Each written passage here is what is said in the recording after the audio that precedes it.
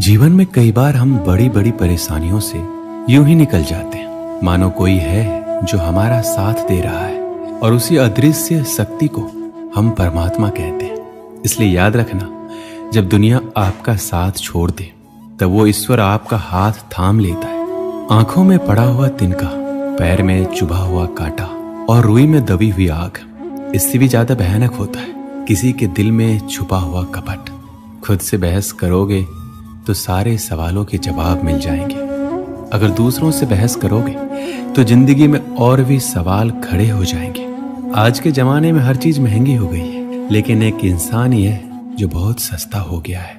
अच्छे इंसान की सबसे पहली और सबसे आखिरी निशानी ये है कि वो उन लोगों की भी इज्जत करता है जिससे उसे किसी भी तरह के फायदे की उम्मीद नहीं होती।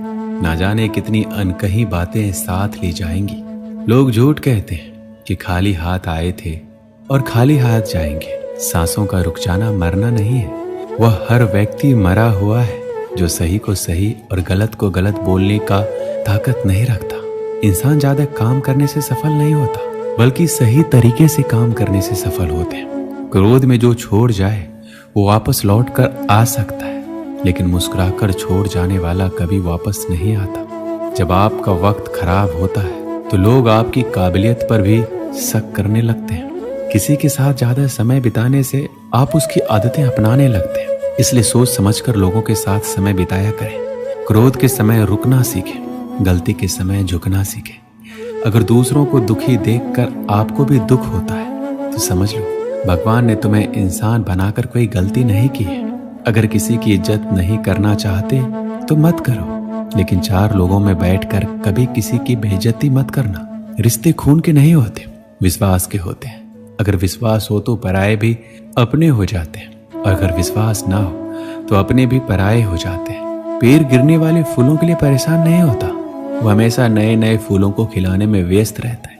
जीवन भी उस चीज के लिए नहीं है जिसे अब तक हमने खो दिया है, ये उसके लिए है जिसे हम अभी भी विकसित कर सकते हैं। हम अपनी सोच और संसार की मान्यता के अनुसार अपने विचार बनाते हैं। जैसे सत्य कहना धर्म है, असत्य कहना पाप, सहनशीलता धर्म है और क्रोध करना अधर्म, जीवों पर दया करना धर्म और निष्ठुर होना अधर्म।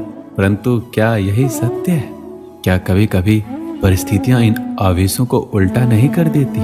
करती है। यदि संसार में कुछ धर्म है, कुछ पुण्य है, कुछ महान है, तो वो है परिस्थिति के अनुसार चलना।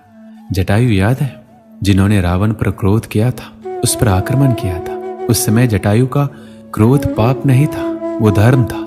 इसलिए अंत में उन्हें भगवान राम की गोद मिली। और कुछ ऐसे भी होते हैं जो धर्म की सहनशीलता समझकर हर अन्याय को सहते हैं और अंत में वो बाणों की सैया पाते हैं। यदि कोई पशु या व्यक्ति अकारण आक्रमण करे, किसी निर्दोष के प्राण लेने की चेष्टा करे, तो उसके रक्षा हेतु उसका वध कर देना पाप नहीं, समय की मांग है।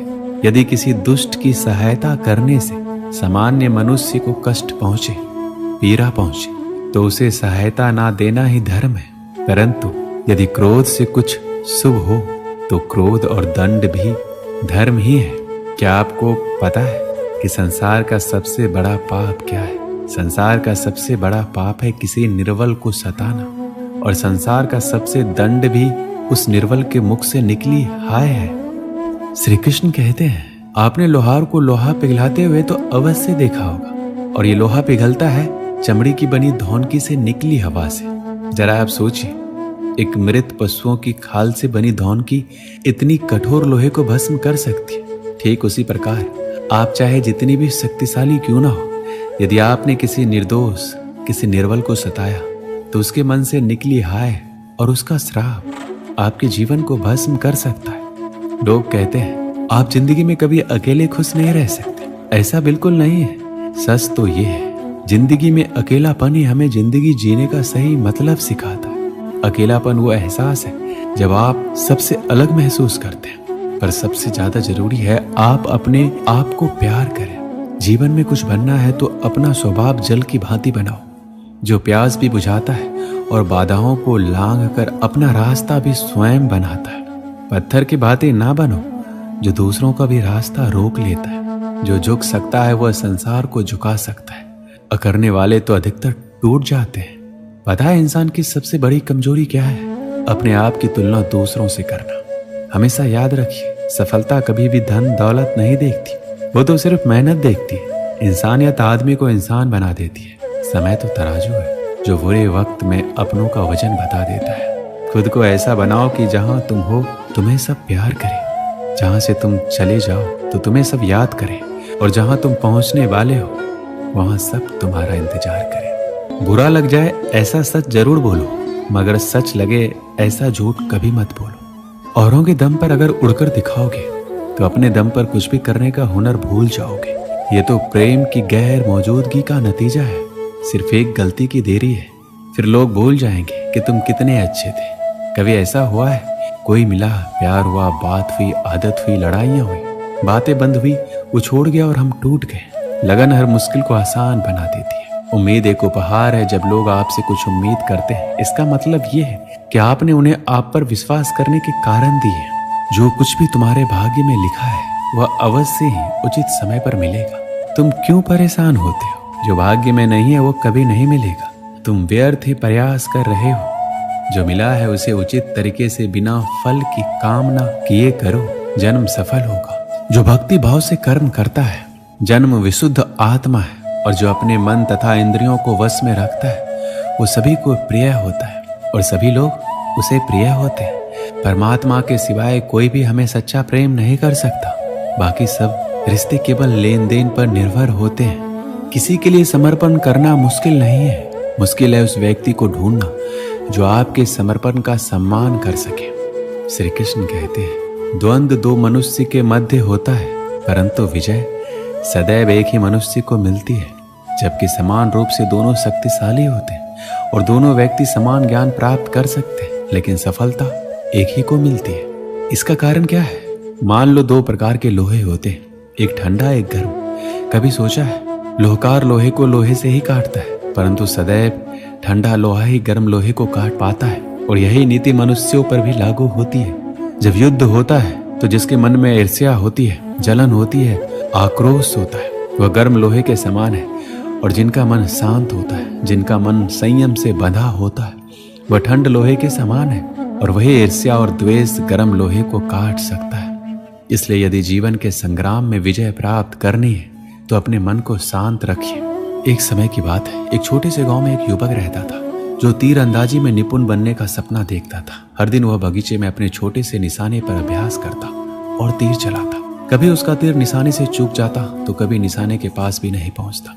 गांव के लोग अक्सर उसका मजाक उड़ाते और कहते वह कभी अच्छा तीरंदाज नहीं बन पाएगा।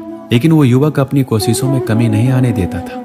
उसने ठान लिया वह हर दिन पहले से बेहतर बनेगा। वह सुबह जल्दी उठता, रात में देर तक अभ्यास करता और हर तीर को ठीक से चलाने की कोशिश करता। वह अपनी असफलताओं से निराश नहीं हुआ, बल्कि उनसे सीखता था। हर बार वह खुद से सवाल करता कि उसने कहाँ गलती की और अगली बार उसे कैसे सुधारा जाए। कुछ सालों बाद गांव में एक बड़ा तीरंदाजी प्रतियोगिता का आयोजन हुआ। प्रतियोगिता में कई गांव के अनुभवी तीरंदाज भाग ले रहे थे। लोगों को उस युवक से कोई उम्मीद नहीं थी, क्योंकि उसे अब भी एक साधारण तीरंदाज ही समझता था। लेकिन जब प्रतियोगिता शुरू हुई तो युवक का तीर बार बार सीधे निशाने पर लगने लगा। उसकी सटीकता और कौशल देखकर सभी दंग रह गए। अंत में वह प्रतियोगिता का विजेता बना। गांव के बुजुर्गों ने पूछा, तुमने ये कैसे किया? हम तो सोचते थे तुम कभी सफल नहीं हो पाओगे। युवक ने मुस्कुराते हुए जवाब दिया, अभ्यास। मैंने कभी हार नहीं मानी और हर दिन अभ्यास किया। मैंने अपनी गलतियों से सीखा और हर बार उन्हें सुधारने की कोशिश की। आज जो मैं हूं वो केवल निरंतर अभ्यास और धैर्य का परिणाम है। इस कहानी से हमें क्या सीख मिलती है? अभ्यास जीवन के किसी भी क्षेत्र में सफलता की कुंजी है। असफलताएं हमारे रास्ते में आती है, लेकिन अगर हम उन्हें सीखने का माध्यम बना लें और लगातार प्रयास करते रहें तो कोई भी बाधा हमें रोक नहीं सकती। चाहे हमारे सामने कितना भी कठिन लक्ष्य क्यों ना हो, निरंतर अभ्यास और दृढ़ निश्चय के साथ हम उसे अवश्य हासिल कर सकते हैं। दोस्तों, इस वीडियो में बस इतना ही। मिलते हैं अगली वीडियो में। अपना ख्याल रखिएगा। जय श्री कृष्ण।